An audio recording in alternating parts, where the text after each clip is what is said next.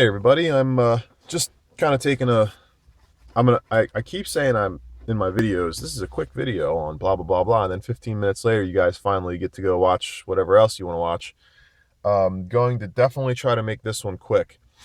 I haven't taken many videos lately just because I've been just gnawing away at this project and it's getting really close. So I'm in my car now and I figured I'd give you a little video overview of what I got going on because I'm still just trying to get the basics figured out. Like I got my power, pretty much power figured out. My audio hookup is kind of figured out. Um, I do have a USB hub now. I've got some other things going on, so I figured I would just give a little update. First of all, in my car, you'll notice this mount over here. Um, Part of what I want to do is be able to just hop in my car, pop my phone somewhere, turn the car on, have everything work good.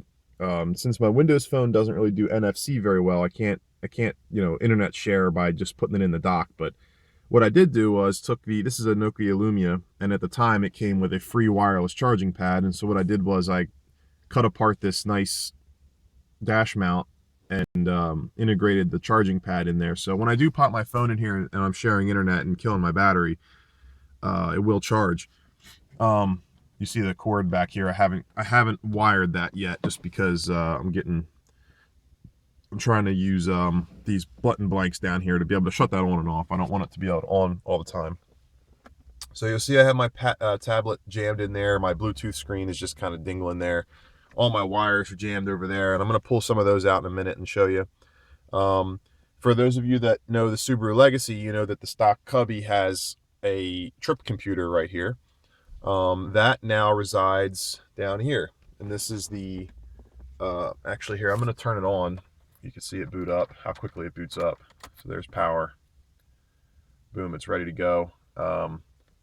Hopefully my phone is still sharing internet. It's been off for a couple minutes, so looks like it is. So it's ready right now. It's ready, and it was in deep sleep, and it wasn't losing any battery. You can see the battery thing is, if it focuses, is almost always full. Let me go one step further here so you can see this. That was my relocation. You'll see that I have it curved to match this. The relocation kit you get from Japan puts it more, I think it puts it more at an upward angle and sinks it in a little bit more. Well, first of all, that's $200. Second of all, I like this look better. From my seating position, because I'm 6'4", I can see it perfectly fine. If you were a little shorter, you'd start to get a little cut off from the edge of this, but it's not bad for as often as you look at that. So another thing you might notice with my setup is I went a little overboard, and I have this. This is a trackpad off of an old laptop that I was throwing out. I trimmed the bezel up, removed the buttons, went online, figured out that people were able to connect PS2 cables to it and then use a PS2 to USB converter and get it to work. So what I did was blindly, I couldn't find the pin out for this particular one, but I blindly figured out ground and power, which was easy enough. But then the two data wires, I just kind of did my best, and I got it on the first try. And it's going to be hard to see, and part of the reason I'm not sure if I'm keeping this is you can see the mouse floating around there. It's on the left side. As soon as it travels into a black area, especially if there's any kind of sunlight, it gets really hard to see. So I'm looking into changing the icon file for the mouse. I saw a couple write-ups on it. I want it to be bright red or blue or something that I can see. You know.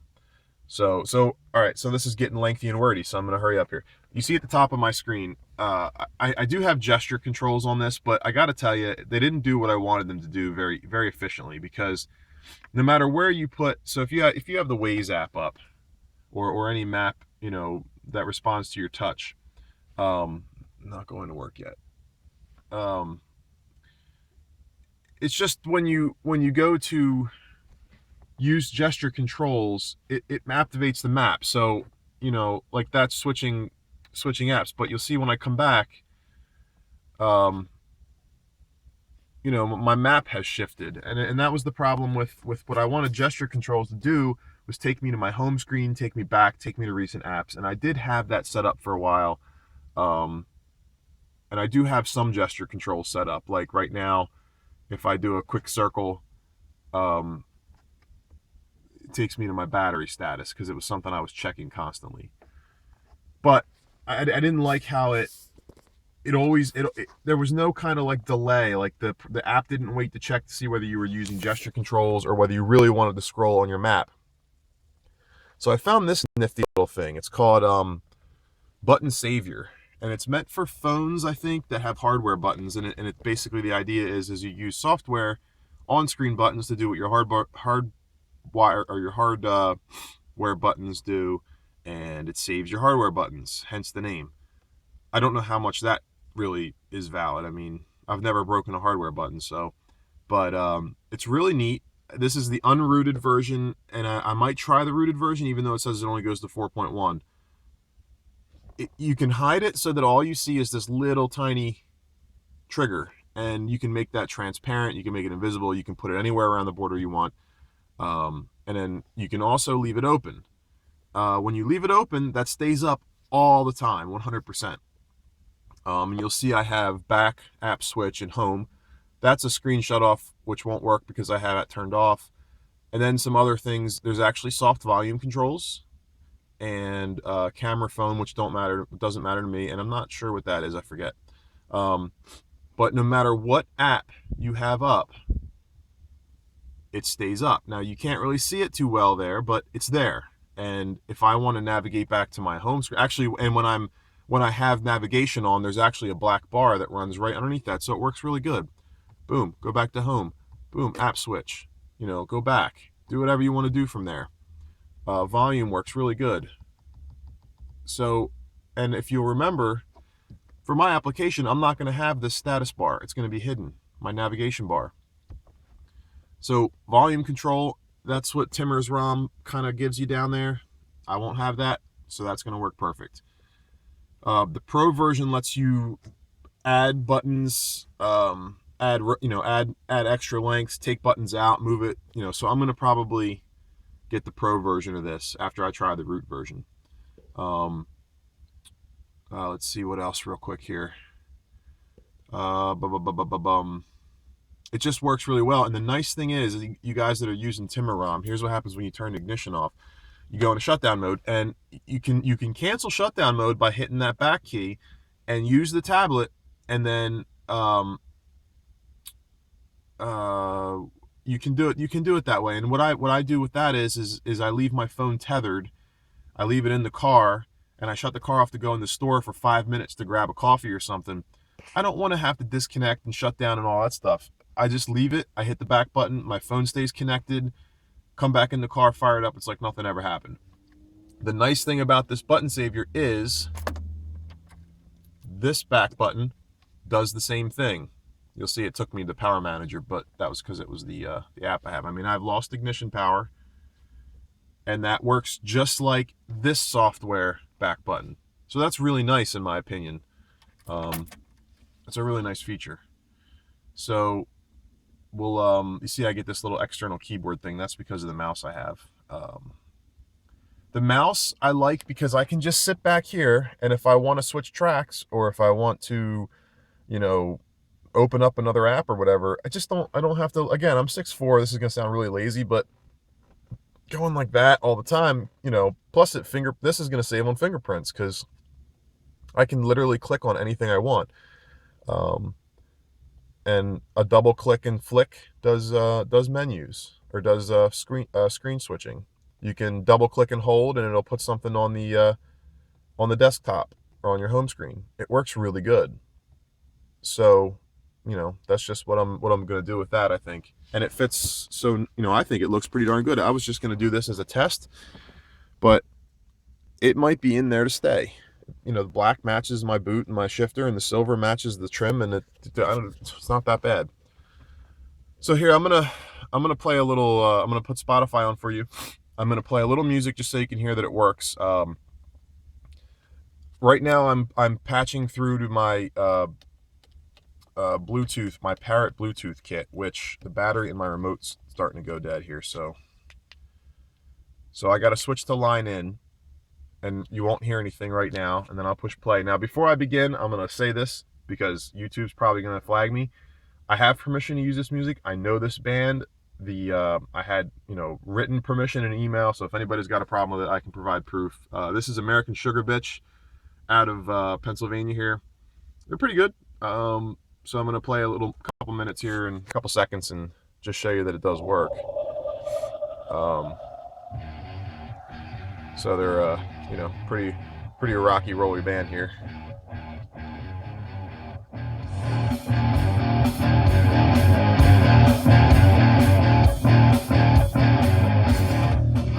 And I'm controlling the volume through my Parrot controller, which usually sits here. I can stop the music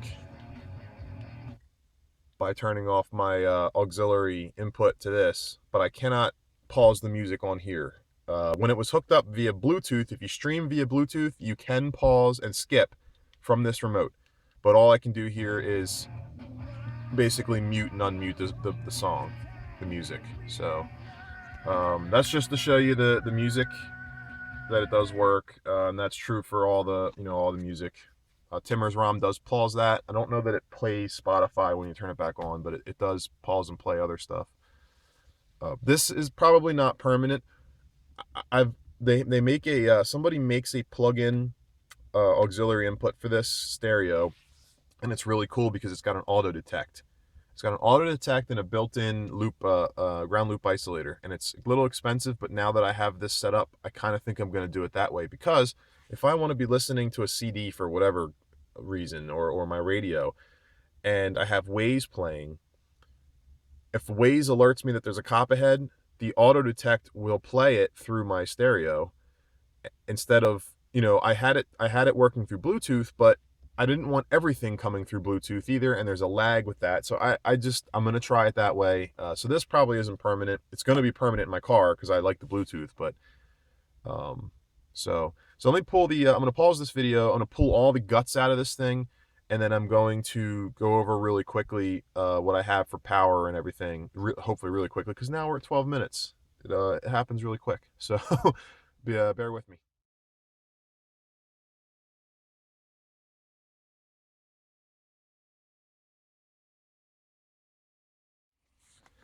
Okay, here's the guts. Right now I have a power extension going from the original socket that's behind here now that was in the ashtray. I'm running this Power Gen lighter plug socket. This is the one everyone recommends. This is the one that has the NA and the A for non-Apple and Apple. Right now, and I just started doing this double thing. What happened was I got this USB hub. I actually just found it at work, and it is able to be powered. And so what happened was when I started using this in the DAC and the mouse, I was losing battery while charging. So I decided to self-power this, and what I thought about was everybody says that you don't receive, this is a 3 amp, I believe, 3 amp output. You don't get all 3 amps out of one plug. It divides it up some, and from what I understand, it's like 2.1, and then the rest is on here, or 2, and the rest is on here. I'm not sure. So I have the power cable from my Nexus plugged into the non-Apple NA port. This other cable is just 2 wires. It's just the positive and negative coming off the Apple port, and I hard soldered it into this, to the power plug of this. I don't know if in theory that was supposed to work, but it works. Works great. I don't lose battery power anymore, and I've run a USB stick off of this with everything else too. You'll see I have here's my USB to PS2, P2S, or PS2, I guess, connector for the mouse. This is the DAC I'm running. It was $8 on Amazon. Not really sure even what brand it is, if it is a brand. But it works great. I don't have a good stereo in here. So what do I need a high fidelity, crazy thing?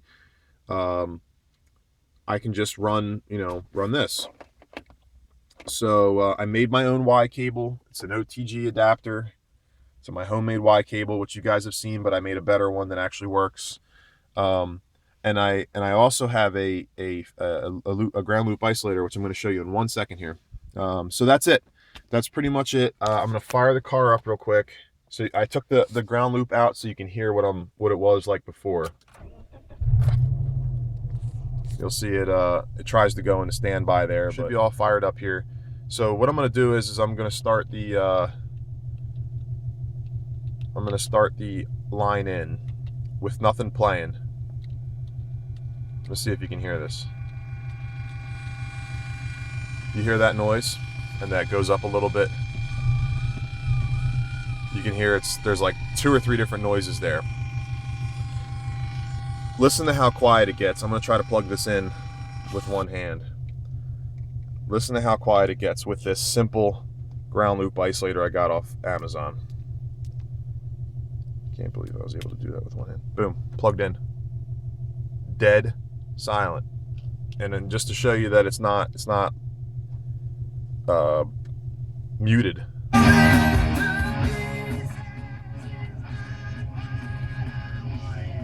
So there you go. That is the and I will recommend everyone buys one of these. Here it is right here, PAC. There's the part number, I guess. I don't know. It's on Amazon. It was $12 or $8 maybe. It's got a female, male, 1/8 inch, 3.5 millimeter, plug. There's the filter. No power required. Plug it in, it goes. So that's it, guys.